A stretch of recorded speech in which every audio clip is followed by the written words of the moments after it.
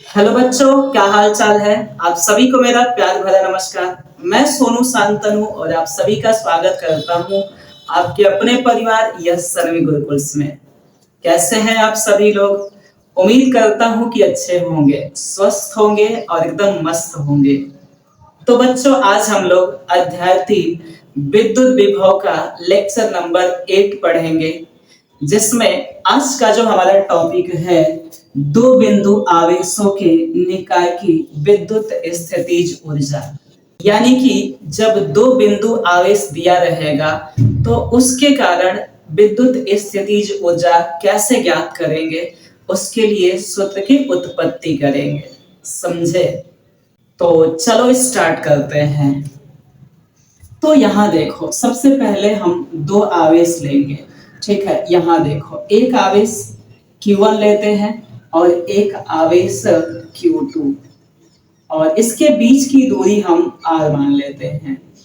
समझे? और ये बिंदु Q1 जहां स्थित है उसको बिंदु A मान लेते हैं, और जो Q2 जहां स्थित है उस बिंदु को B मान लेते हैं। समझे? मान लेते हैं कि Q1 और Q2 एक दूसरे से R दूरी पर निर्वात में स्थित हैं। समझ रहे हो? ठीक है, यहां देखो, तो मान लेते हैं, माना दो आवेश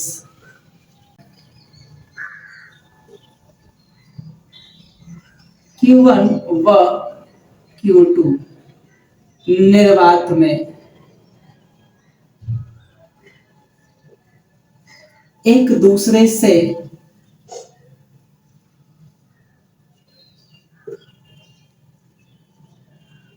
R दूरी पर स्थित है।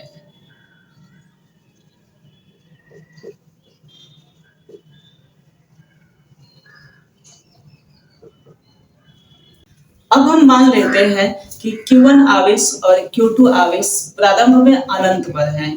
समझे? अच्छा, जब अनंत पर होंगे तो Q1 को हम पहले बिंदु A पर लाएंगे और फिर Q2 को B बिंदु पर लाएंगे बारी बारी से। समझे ना? तो यहां देखो, माना Q1 व Q2 प्रारंभ में अनंत पर है। समझे? जब ये अनंत पे है तो देखो, अब हम क्या करेंगे, पहले है ना, हम Q1 आवेश को अनंत से बिंदु A पर लाएंगे। समझे? देखो, जब हम Q1 आवेश को अनंत से बिंदु A पर लाएंगे तो कोई भी कार्य नहीं होगा, कार्य जीरो होगा, क्योंकि यहाँ पे कोई विद्युत क्षेत्र नहीं है, क्योंकि यहाँ पर कोई भी आवेश नहीं है। जब आवेश नहीं है तो विद्युत क्षेत्र नहीं है, और जब विद्युत क्षेत्र नहीं है तो यहाँ पे बल नहीं लगेगा, और जब बल नहीं लगेगा तो कोई भी कार्य नहीं होगा। ठीक है ना? तो यहाँ देखो, आवेश Q1 को अनंत से बिंदु A तक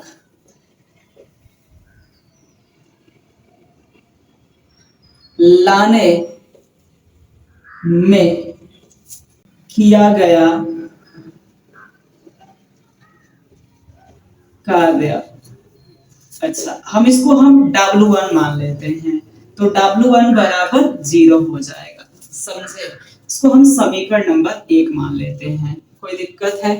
अच्छा, अब देखो, यहाँ पे जब ये Q1 आवेश बिंदु A पर आ जाएगा तो यहाँ पे इसके चारों तरफ विद्युत क्षेत्र उत्पन्न हो जाएगा।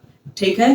और विद्युत क्षेत्र के कारण इस बिंदु B पर एक विभव उत्पन्न होगा। ठीक है ना? तो यहाँ देखो, आवेश Q1 के कारण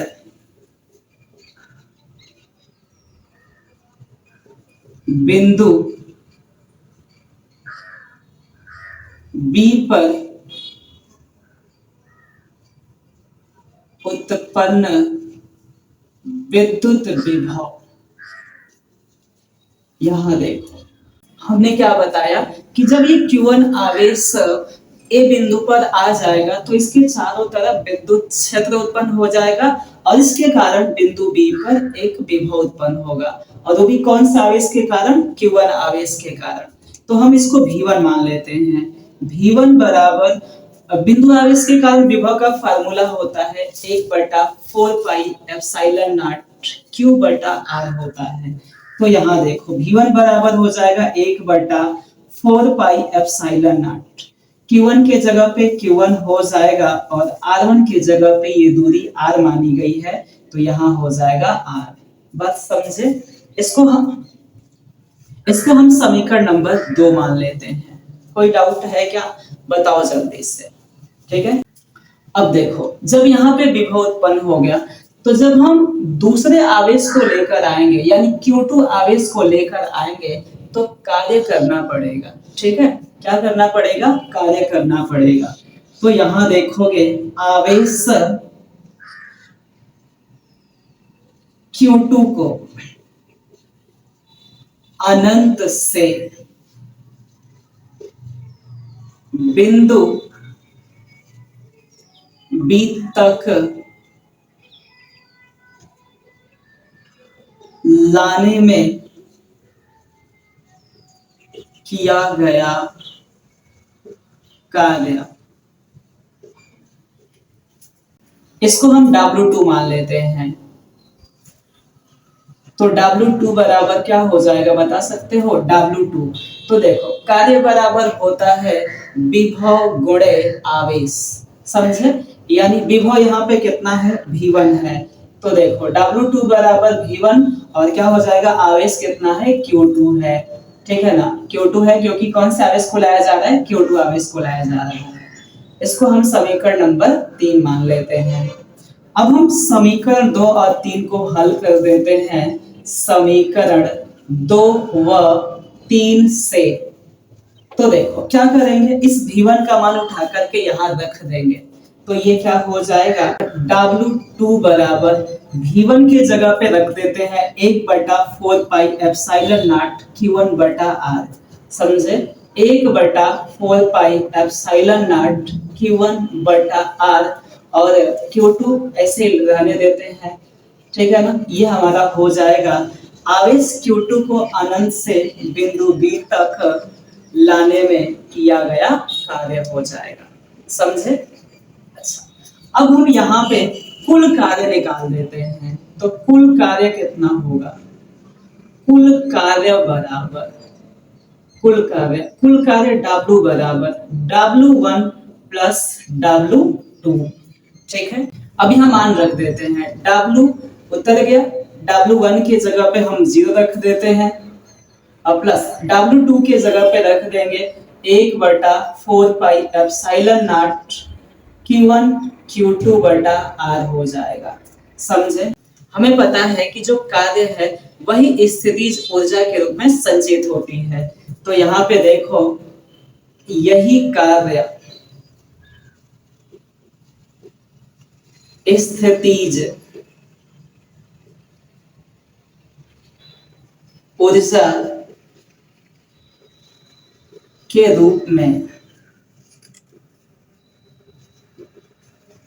संचित होती है। ठीक है, यानी कि कार्य के जगह पे हम स्थितिज ऊर्जा लिख सकते हैं। तो W के जगह पे हो जाएगा U और यहाँ क्या बचेगा? 1/4 pi epsilon not Q1 Q2/R हो जाएगा। ये हमारा दो बिंदु आवेशों के निकाय के कारण विद्युत स्थितिज ऊर्जा का सूत्र है। समझ में आया? तो चलो इसको स्क्रीनशॉट कर लो। समझ में आया?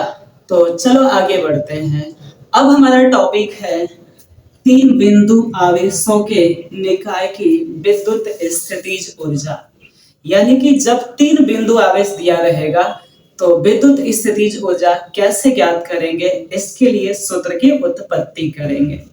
तो चलो देखते हैं। सबसे पहले हम यहाँ पे 3 आवेश लेंगे, एक Q1, एक Q2 और एक Q3। तो देख सकते हो यहाँ पे हम 3 आवेश मान लेते हैं, एक Q1, दूसरा Q2 और तीसरा Q3 मान लेते हैं। समझे? अच्छा, Q1 और Q2 के बीच की दूरी हम R12 मान लेते हैं। Q2 और Q3 के जो बीच की दूरी है इसको हम R23 मान लेते हैं और Q3 और Q1 के जो बीच की दूरी है इसको R31 मान लेते हैं। समझे ना?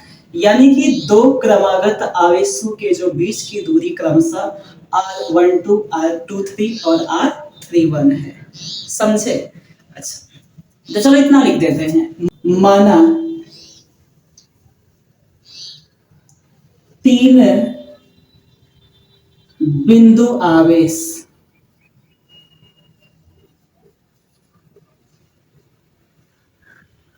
Q1, Q2 व Q3 है। ठीक है, जिनके दो क्रमागत आवेशों के बीच की दूरी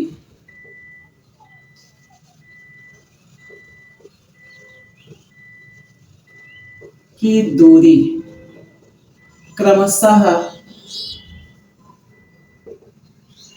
देखो दो क्रमागत आवेश की बात कर रहे हैं तो Q1 Q2 की बात करेंगे तो दूरी R12 है, Q2 Q3 की बात करेंगे तो दूरी R23 है, Q3 Q1 की बात करेंगे तो दूरी R31 है। क्या है? R12, R23 व R31 है। समझे? इस बिंदु को हम क्या मान लेते हैं? A मान लेते हैं, इसको B मान लेते हैं, इसको C मान लेते हैं। समझे ना? देख सकते हो।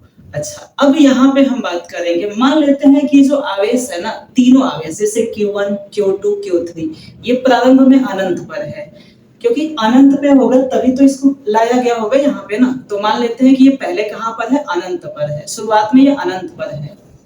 तो माना Q1, Q2 व Q3 प्रारंभ में अनंत पर है। समझे? ये ध्यान देते रहना। चलो अब देखो हम एक एक आवेश को अनंत से बारी बारी से उनके स्थान पर लाएंगे। जैसे सबसे पहले Q1 को लाएंगे A बिंदु पर, फिर Q2 को लाएंगे B बिंदु पर, उसी तरह से Q3 को भी लाएंगे C बिंदु पर। समझे ना? तो हम सबसे पहले Q1 को लेके आते हैं। तो सोचो यहाँ पे तो कोई आवेश नहीं है, तो जब Q1 आवेश को अनंत से बिंदु A पर लाएंगे तो कार्य कितना होगा? कार्य 0 होगा, क्योंकि यहाँ पर कोई विद्युत क्षेत्र है नहीं।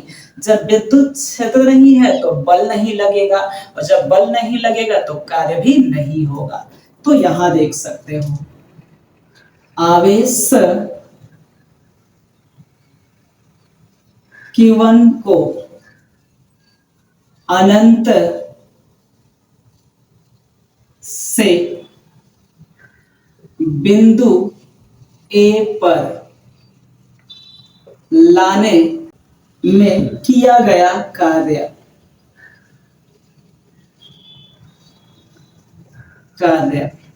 क्या होगा? W1 मान लेते हैं। W1 बराबर 0 हो जाएगा। ठीक है, ये समीकरण नंबर 1 हो गया। कोई दिक्कत है? अच्छा, अब देखो जब ये अनंत से Q1 आवेश बिंदु A पर आ जाएगा तो यहाँ देख सकते हो, बताओ इस आवेश के कारण इसके चारों तरफ विद्युत क्षेत्र उत्पन्न हो जाएगा। ठीक है, और जब विद्युत क्षेत्र उत्पन्न होगा तो यहाँ विभव भी उत्पन्न होगा। होगा कि नहीं होगा? तो अब हमको दूसरे आवेश को लेके आना है, यानी Q2 को लेके आना है। तो यहाँ पे हम लोग जानते हैं कि बिंदु B पर विभव भी उत्पन्न हो जाएगा Q1 आवेश के कारण। ठीक है ना? तो यहाँ देखो आवेश Q1 के कारण बिंदु B पर उत्पन्न विद्युत विभव तो देखो इसको हम V1 मान लेते हैं, तो V1 बराबर 1/4 पाई एप्सिलॉन नॉट, Q1 की जगह पे Q1 ही रहेगा और दूरी इस्तेमाल करेंगे, क्योंकि B बिंदु पे बताना है तो दूरी इस्तेमाल करेंगे R12, ठीक है ना। तो ये हमारा हो जाएगा समीकरण नंबर 2, ठीक है। अच्छा, जब विभव निकल गया तो सोचो जब हम Q2 आवेश को बिंदु B पर लाएंगे तो कार्य करना पड़ेगा, ठीक है ना, और वो कार्य होगा V1 Q2, समझे। तो यहाँ पे देखो आवेश Q2 को अनंत से बिंदु B पर लाने में किया गया कार्य, वो कार्य क्या होगा, W2 बराबर V1 Q2 हो जाएगा, ठीक है। यहाँ पे मान रख देते हैं V1 के जगह पे 1/4 पाई एप्सिलॉन नॉट, Q1 बटा R12 हो जाएगा और Q2 उतर जाएगा, ठीक है ना। तो ये हो जाएगा हमारा समीकरण नंबर 3। अब देखो, अब देखो Q1 आवेश A बिंदु पे आ गया, Q2 आवेश B बिंदु पर आ गया, समझे। तो देखो बिंदु C पर दोनों के कारण विभव उत्पन्न होगा, समझे ना, दोनों के कारण, यानी Q1 के कारण भी उत्पन्न होगा बिंदु C पर विभव और Q2 के कारण भी बिंदु C पर विभव उत्पन्न होगा। तो हम लिख देते हैं आवेश Q1 व Q2 के कारण बिंदु C पर उत्पन्न विभव, विभव को हम V2 मान लेते हैं, समझे। तो V2 बराबर क्या हो जाएगा, पहले हम Q2 आवेश के कारण निकाल लेते हैं। तो देखो 1/4 पाई एप्सिलॉन नॉट, ठीक है, क्या होगा Q2 हो जाएगा और फिर बटा में यहां से देखो Q2 आवेश से बिंदु C पर निकालना है तो दूरी हो जाएगा R23 हो जाएगा, ठीक है। अब प्लस Q1 आवेश के कारण भी निकाल लेते हैं, यहाँ पे क्या हो जाएगा 1/4 पाई एप्सिलॉन नॉट Q1 बटा क्या हो जाएगा, और ये दूरी कितना है R31 हो जाएगा, समझे। बोलो कोई डाउट है क्या, जल्दी बता दो। तो ये हो गया तो ये हो गया Q1 और Q2 आवेश के कारण बिंदु C पर विभव, समझे। अच्छा, अब हम क्या करेंगे बताओ, Q3 आवेश को अनंत से बिंदु C पर लाएंगे, समझे ना। तो आवेश Q3 को अनंत से बिंदु C पर लाने में किया गया कार्य, ठीक है, कार्य ले लेते हैं। तो कार्य हम यहाँ पे W3 मान लेते हैं। W3 बराबर क्या हो जाएगा, बोलो जल्दी से।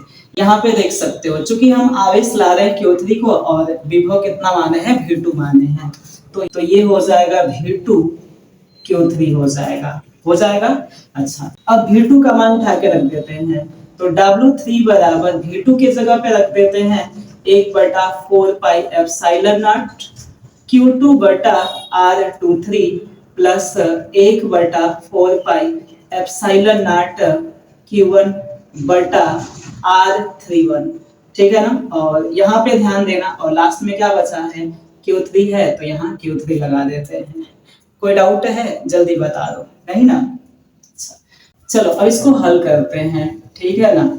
यहाँ देखोगे अब यहाँ पे क्या होगा बताओ, W3 बराबर, इसको जब हल करेंगे तो देखो क्या होगा, यहाँ Q3 का गुणा इसमें भी होगा, इसमें भी हो जाएगा, तो Q3 इसके साथ भी आ जाएगा, इसके साथ भी आ जाएगा, ठीक है ना।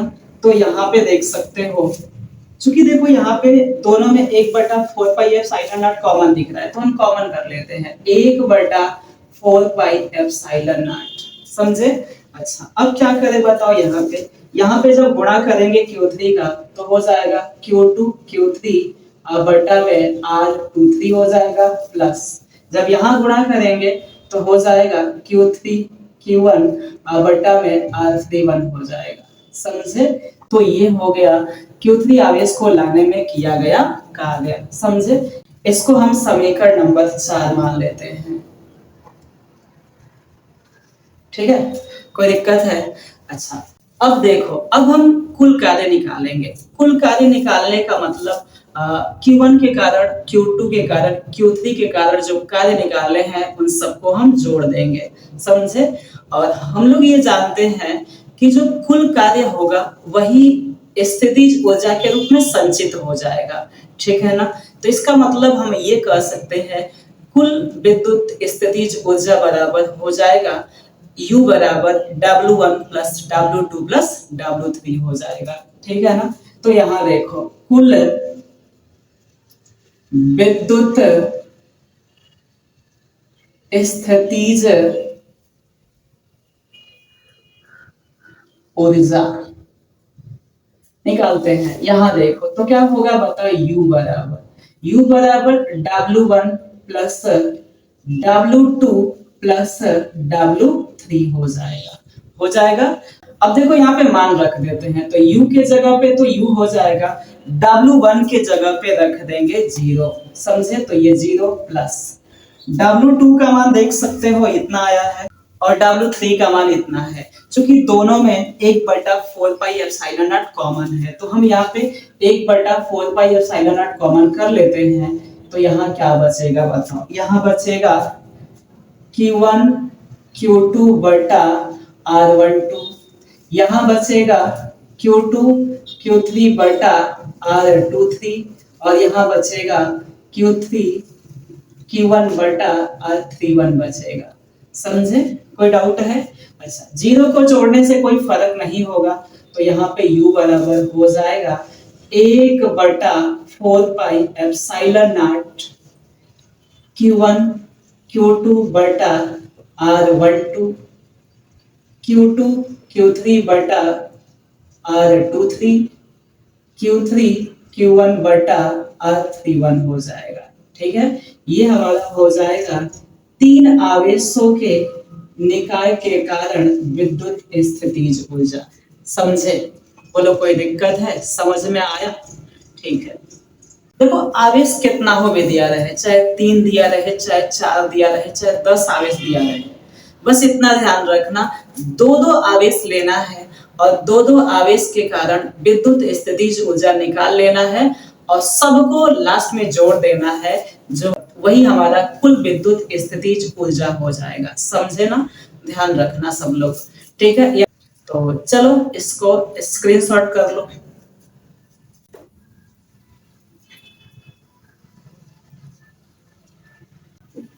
तो चलो आज के लिए बस इतना ही, मिलते हैं अगले क्लास में। वीडियो अच्छा लगा ना तो लाइक और सब्सक्राइब जरूर कर देना। Thank you so much.